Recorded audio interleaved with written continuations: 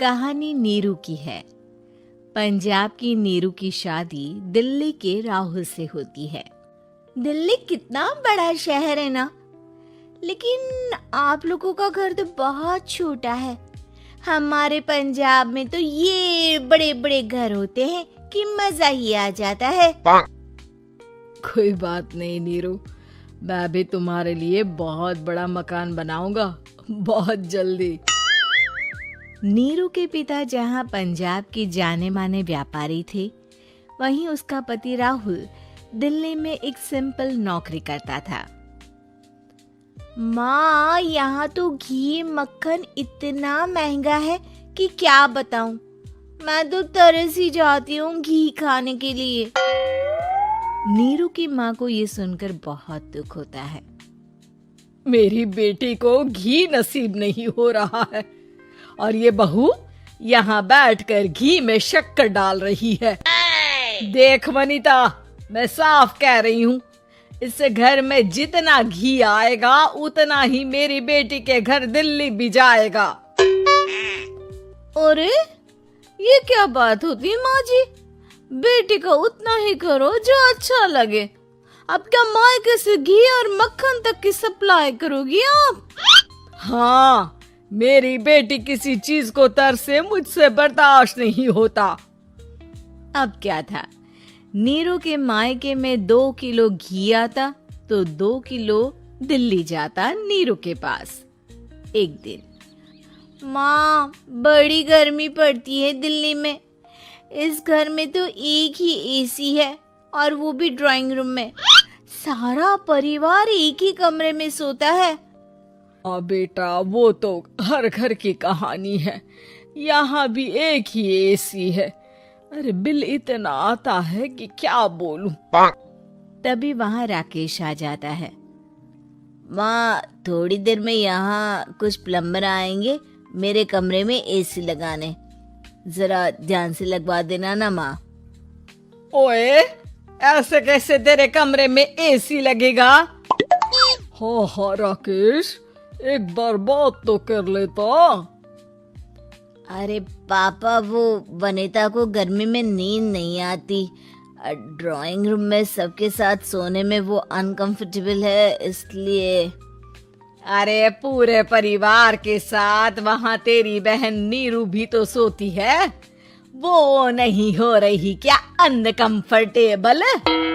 समझ रहा है ना? अगर एसी लगेगा तो एक दिल्ली में तेरी बहन के कमरे में भी लगेगा, तभी तू लगा सकेगा। राकेश वनिता को सारी बात बताता है। वनिता करती भी क्या, मन मार कर बैठ जाती है। माँ, ये लोग ठीक नहीं है, क्या करूं मैं? अरे बेटी, यहाँ आ जा, तू यहाँ आकर रह ले। अरे छोड़ दे ऐसे पति को। कैसे छोड़ दूं माँ? समाज क्या कहेगा, लोग क्या कहेंगे?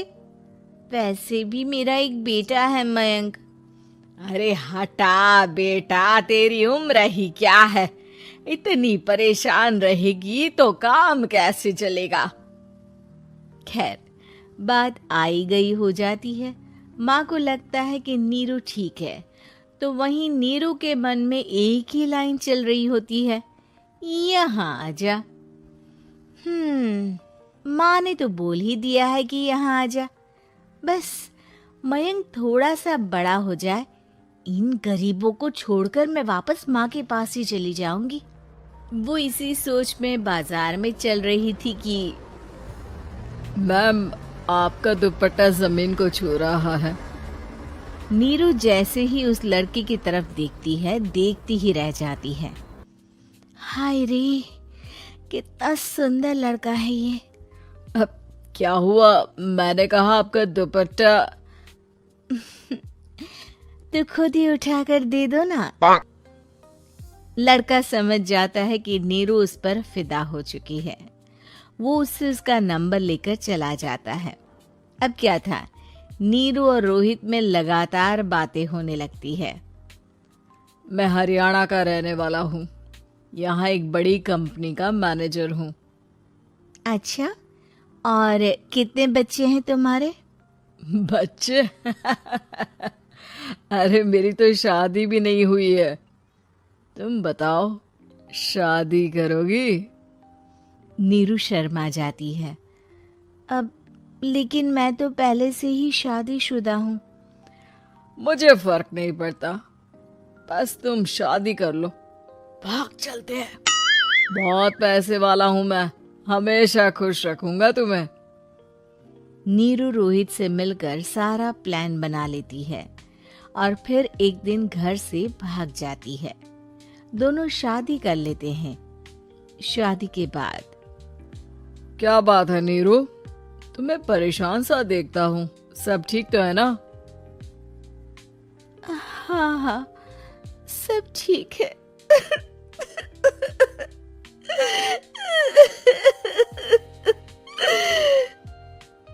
ये कहते कहते ही वो रोने लगती है। अरे क्या हो गया, रो क्यों रही हो?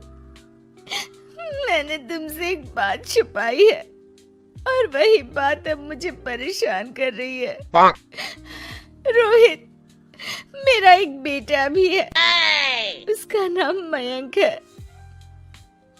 क्या बात कर रही हो, ये तुमने मुझे पहले क्यों नहीं बताया? देखो नीरू, मेरी माँ को मैंने ये नहीं बताया है कि तुम शादीशुदा हो। बच्चा मैं मैनेज नहीं कर पाऊंगा। नीरू को समझ में नहीं आता कि वो क्या करे। तुम उस बच्चे को अपनी माँ को क्यों नहीं दे देती? नीरू चुपके से माँ को फोन करती है। माँ, क्या मयंक को तुम रख सकती हो? बेटा, मैं राकेश के साथ बात करती हूँ, आखिर घर का बेटा वही है, जो वो बोलेगा। वैसे भी बेटा, तूने जो किया है ना, उसके बाद से पूरा घर तेरी बुराई कर रहा है। मैं भी अब किसी से तेरे लिए लड़ नहीं सकती। राकेश बेटा, नीरू ने तो जो किया बहुत ही बुरा किया, लेकिन मैं सोच रही थी कि क्यों ना मयंक को हम यहाँ ले आए। तभी वनीता बोल पड़ती है। वाह जी, ऐसे कैसे यहाँ ले आए? यहाँ क्या भंडारा भरा है? और जिस बच्चे की माँ ने नहीं सोचा, उसके लिए हम क्यों सोचे? नीरू को एक बार तो अपने बच्चे के बारे में सोचना चाहिए था ना। अरे लेकिन तेरे पास भी तो लड़का नहीं है ना वनीता। माँ, वनीता ठीक बोल रही है। कल को वो बड़ा होकर इसी घर का हिस्सा मांगेगा तो हम क्या करेंगे? माँ कहती भी तो क्या, वो चुप रह जाती है। वहीं नीरू का पहला पति कहता है। माँ, अगर आज भी वो वापस आ जाए तो मैं उसे माफ कर दूंगा। बेटा, गरीबी चीज ही ऐसी है, क्या करेगा? तू तो अब मयंक का सोच। वो बेचारा तो बिना माँ का हो गया। मयंक की खातिर तू दूसरी शादी कर ले बेटा। लोगों के लाख समझाने के बाद नीरू के पहले पति की शादी रिद्धि से हो जाती है, जिसके पहले पति से 2 बच्चे होते हैं। देखो जी, मैंने शादी सिर्फ बच्चे के खातिर की है। मैंने भी शादी सिर्फ बच्चों के खातिर की है। वहीं नीरू के दूसरे पति के मन में ये बात घर कर जाती है कि नीरू एक मासूम बच्चे को उसके खातिर छोड़ कर आई है। अब देखो नीरू, मुझे लगता है कि जो औरत अपनी कोख का बच्चा छोड़ सकती है, वो तो कुछ भी कर सकती है। कल को तुम्हें मुझसे अच्छा कोई मिल गया तो तुम तो मुझे भी बाय बाय कर दोगी ना। नीरू को अब उसका दूसरा पति ताने देना शुरू कर देता है। तंग आकर नीरू उसकी यहाँ से भागकर अपने पहले पति के पास चली जाती है। लेकिन ससुराल में क्या लेने आई है नीरू, मयंक को? नहीं नहीं सासू माँ, मुझसे गलती हो गई, मुझे माफ कर दीजिए। नीरू, अब वक्त खत्म हो गया है, मेरी शादी हो चुकी है। तो छोड़ दो ना उसे, हमारा बच्चा है। मैं आपको अपनी माँ नहीं मानता, मेरी नहीं मान तो बात अच्छी है। नीरू मयंक की बात सुनकर समझ जाती है कि उसके पास अब न आसमान रहा ना ही जमीन।